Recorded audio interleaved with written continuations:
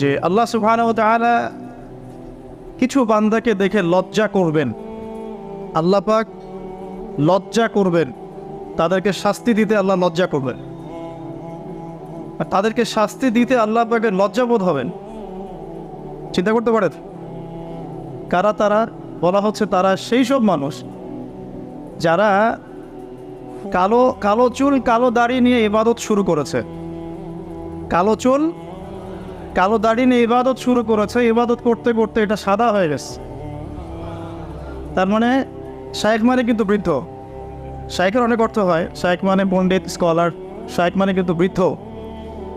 তা আমরা দোয়া করি আল্লাহ পাকের কাছে, আল্লাহ পাক আমাদেরকে সব দিক থেকেই সুস্থতার সাথে আল্লাহর ইবাদত করতে করতে শায়েখ হওয়ার তৌফিক দান করেন, আমিন।